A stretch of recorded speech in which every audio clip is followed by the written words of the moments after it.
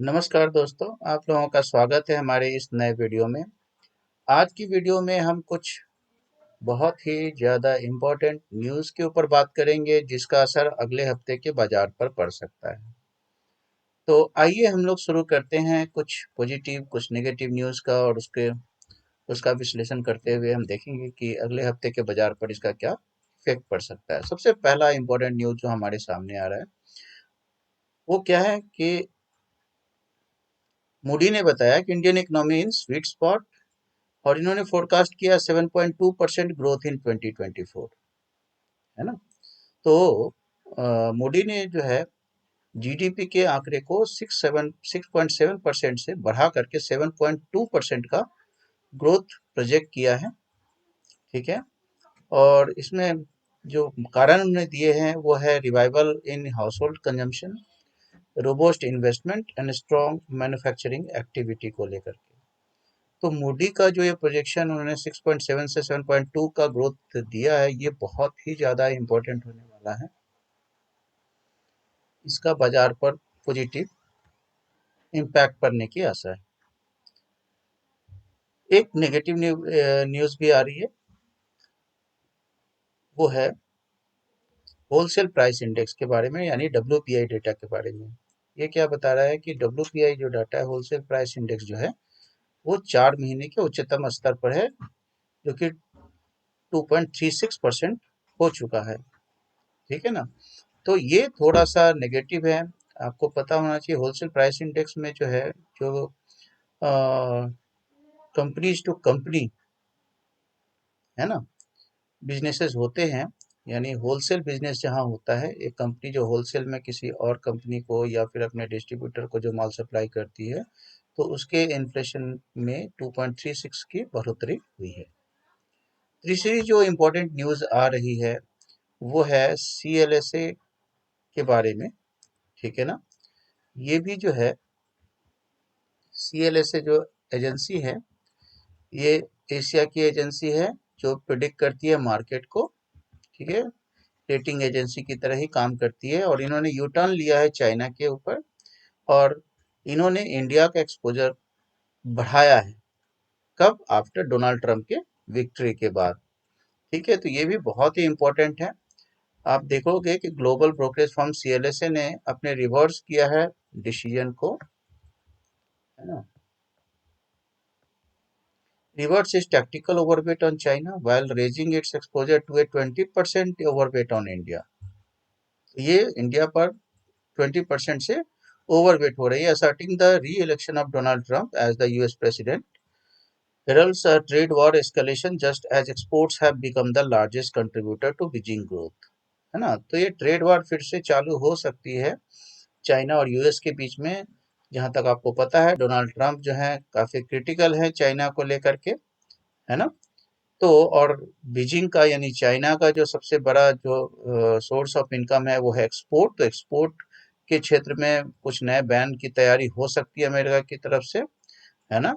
जब नया रिजीम आएगा डोनाल्ड ट्रंप का, तो उसके चलते जो सीएलएसए ने इंडिया के ग्रोथ प्रोजेक्शन को और इंडिया के एक्सपोजर को 20% बढ़ा दिया है।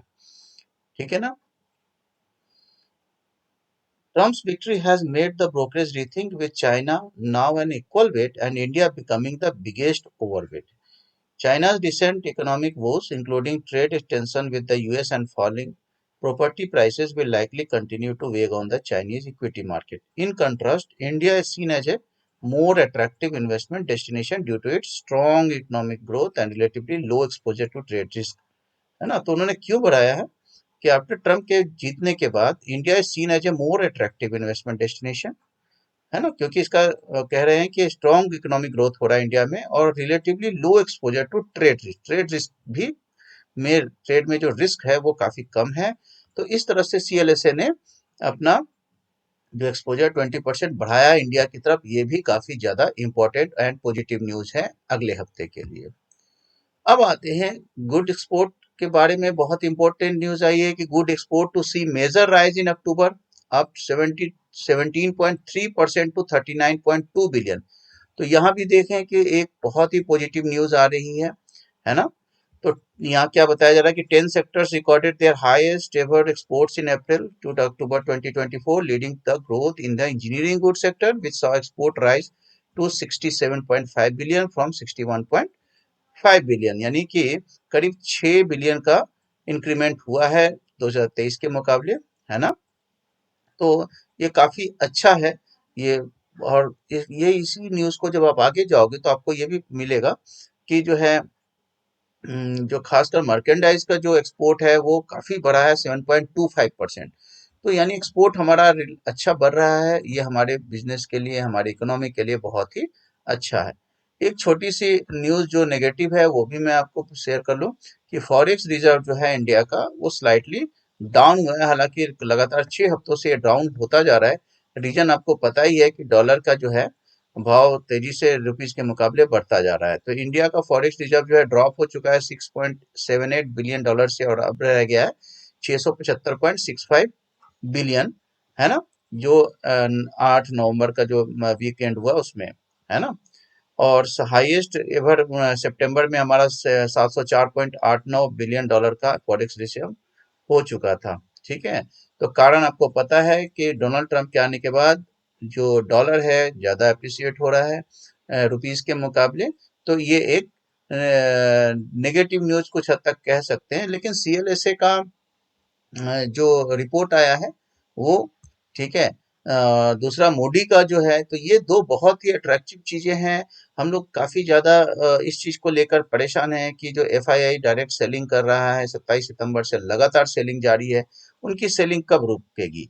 तो आपको पता होना चाहिए कि जो एफआईआई हैं वो जो रेटिंग एजेंसी है ना, जो जैसे कि मोडी है या सीएलएसए है, तो उनके जो रिपोर्ट्स हैं उनके आधार पर वो डिसीजन लेती है। तो मैं इस आधार पर ये कह सकता हूँ कि एफआईआई की बैंक चालू होनी चाहिए कुछ समय में। ठीक है। उनको कुछ अट्रैक्टिव मार्केट जरूर मिले, जापान का मार्केट मिला, चाइना का मार्केट मिला, लेकिन जिस तरह से रेटिंग एजेंसियों ने इंडिया के फोरकास्ट को बेहतर बता रहे हैं, तो उस तरीके से ऐसा लग रहा है कि हो सकता है कि वो एक बार फिर से उनकी बाइंग चालू हो जाए। और आपको पता है कि जैसे उनकी बाइंग चालू होगी वो हमारे शेयर बाजार के लिए काफी अच्छा होगा और शेयर बाजार ऊपर की ओर मूव कर सकता है। आपको पता है शेयर बाजार एक बहुत ही इंपॉर्टेंट लेवल पर चल रहा है। तो आज हम जब हो सकता है एक नई वीडियो में दूं आज या कल, जिसमें हम लोग शेयर बाजार के बारे में एनालिसिस करेंगे। तो आगे के हफ्ते के लिए जहां तक बात है, मैं इसको मिक्स टू पॉजिटिव मान रहा हूँ। मिक्स टू पॉजिटिव हमेशा जो है आप इसको ये मान, अब तक हम लोग जो ट्रेडिंग या इन्वेस्टमेंट के लिए जो ट्रिक अपना रहे थे वो हमने खासकर ट्रेडिंग के लिए, तो हमने जो है सेल ऑन हाई का तरीका अपनाया और काफी ज्यादा फायदेमंद तरीका ये रहा। ठीक है। लेकिन नेक्स्ट हफ्ते में मैं इसको मैं अप्रूव नहीं करता। नेक्स्ट हफ्ते में हो सकता है कि बाय ऑन डिप का मार्केट हो जाए। ठीक है। डिप मिले तो आप वहां से बाय कर सकते हो ये। ठीक है। अगले हफ्ते कुछ और भी इंपॉर्टेंट चीजें होने वाली, आपको पता है 23 तारीख को इलेक्शन का रिजल्ट भी आ रहा है, तो रिजल्ट का इफेक्ट जरूर बाजार पर पड़ेगा। तो वहां थोड़ा सा आपको सतर्क रहने की जरूरत है। जो लोग इन्वेस्टमेंट कर सकते हैं थोड़ा थोड़ा करके इन्वेस्टमेंट करें। और हमने पिछले वीडियो में आपको बताया था कि इन्वेस्टमेंट के लिए हम लोग जो है कहाँ से जीरो डेब्ट कंपनीज को चूज करेंगे, एफआईए की जो एफआईए कहाँ बाय कर रहे हैं, कौन से स्टॉक में बाय कर रहे हैं, वो इन्फॉर्मेशन कहाँ से मिलेगा, ये सारी आप पीछे के वीडियो में आप देख सकते हो। ठीक है ना। बाकी कल मार्केट के बारे में टेक्निकल एनालिसिस हम करने की कोशिश करेंगे। आज के वीडियो में बस इतना ही। मिलते हैं अगले वीडियो में। अगर आपको ये वीडियो अच्छा लगा हो तो प्लीज लाइक करें, शेयर और सब्सक्राइब जरूर करें। ओके। तो अगर आपको कोई और इन्फॉर्मेशन चाहिए इस वीडियो को अच्छा बनाने के लिए तो प्लीज हमें शेयर जरूर करें, हमें बताएं। हम आपके जो भी कमेंट है उनको पढ़ते हैं और उनको इम्प्लीमेंट करने की कोशिश करते हैं। ठीक है। तो आज के वीडियो में इतना ही। Thank you very much for watching my video. Thank you.